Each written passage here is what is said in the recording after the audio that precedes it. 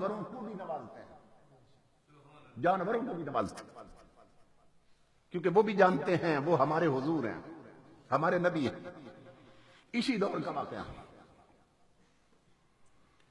India کے ایک حاجی صاحب، حاجی اسماعیل، وہ بیان کرتے ہیں، امرتسر کے رہنے والے تھے۔ انڈیا کا ایک شہر ہے امرتسر، وہاں کے رہنے والے۔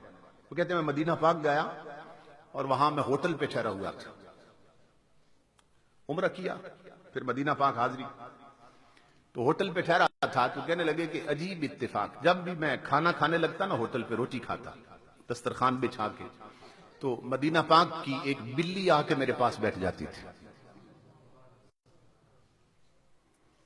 وہ کہتے ہیں کہ میں اسے حضور کے شہر کی بلی سمجھ کے نا روٹی ٹکڑے کر کے اس کے آگے ڈال دیتا، میں اس سے محبت کرتا، کھانا پہلے اسے کھلاتا پھر خود کھاتا۔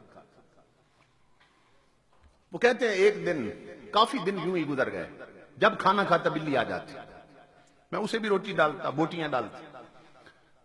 کہتے ہیں کہ ایک دن میں نے کھانا لگایا تو بلی بھی آ کے بیٹھ گئی، اور میں نا ٹکڑے بنا کے اس کے لیے یہ سوچنے لگا اپنے دل میں کہ یہ بلی میرے ساتھ گل مل گئی ہے، مانوس ہو گئی میرے ساتھ، تو میں نے جانا تو ویسے بھی ہے 3 دنوں بعد، تو کیوں نہ اسے حضور کے شہر کی نشانی بنا کے اپنے ساتھ لے جاؤں، انڈیا لے جاؤں،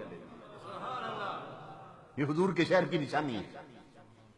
اب مجھ سے ڈرتی بھی نہیں ہے، میرے ساتھ مانوس ہو گئی ہے، تو میں اسے نہ انڈیا کیوں نہ لے جاؤں۔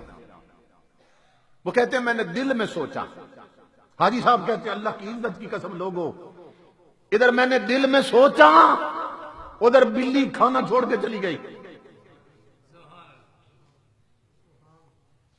وہ کتنے احمق ہیں جو کہتے ہیں نبی کو دیوار کے پیچھے کی خبر نہیں، وہ کتنے نادان ہیں، اور تجھے نہیں معلوم نادان، نبی کے شہر کی بلیاں جانتی ہیں کسی کے دل میں کیا ہے۔ وہ کہتے ہیں بلی کھانا چھوڑ کے چلی گئی، کہتے ہیں مجھے سمجھ نہیں آئی کہ بلی کیوں چلی گئی، اس وقت دھیان نہیں آیا، میں نے کھانا کھایا، ادھر مسجد نبوی میں اذان ہو گئی، میں وہاں نماز پڑھنے گیا، تو میرا معمول تھا کہ ہر نماز کے بعد حضور کی جالیوں پہ سلام پڑھ کے نہ پھر واپس آتا تھا۔ تو حاجی صاحب کہتے ہیں جب میں جالیوں پہ سلام پڑھنے گیا تو وہی بلی جالیوں کے ساتھ لگی بیٹھی تھی۔ وہ کہتے ہیں پھر بھی سمجھ نہیں آئی مجھے اصل راز کیا ہے۔ کہتے ہیں میں واپس آ گیا، اگلی اذان ہوئی، پھر گیا، پھر سلام پڑھنے آقا کی جالیوں، بلی وہی بیٹھی، پھر نماز پڑھنے گیا تو بلی وہی بیٹھی تھی۔ کہتے ہیں میرے دل میں یہ بات آئی، میں سمجھ گیا کہ اس کا مطلب بلی کا پکا ٹھکانہ یہ جالیاں یہاں بیٹھی رہتی، جب بھوک لگتی ہے تو پھر ہوٹلوں پہ چلی جاتی۔ وہ کہتے ہیں مدینہ میں میری آخری رات تھی،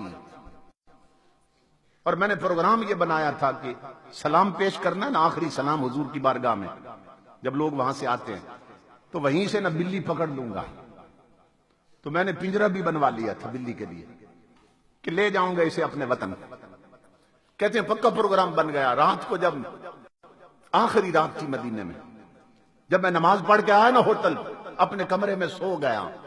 حاجی صاحب کہتے ہیں لوگوں اللہ کی عزت کی قسم، ادھر میری آنکھ لگی، ادھر خواب میں حضور تشریف لے آئے،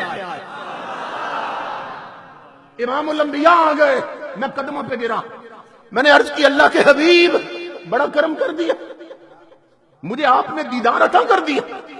امام الانبیاء فرمانے لگے حاجی اسماعیل تو اس لائق نہیں تھا کہ تجھے دیدار کرایا جاتا، مگر مجھے آنا پڑا،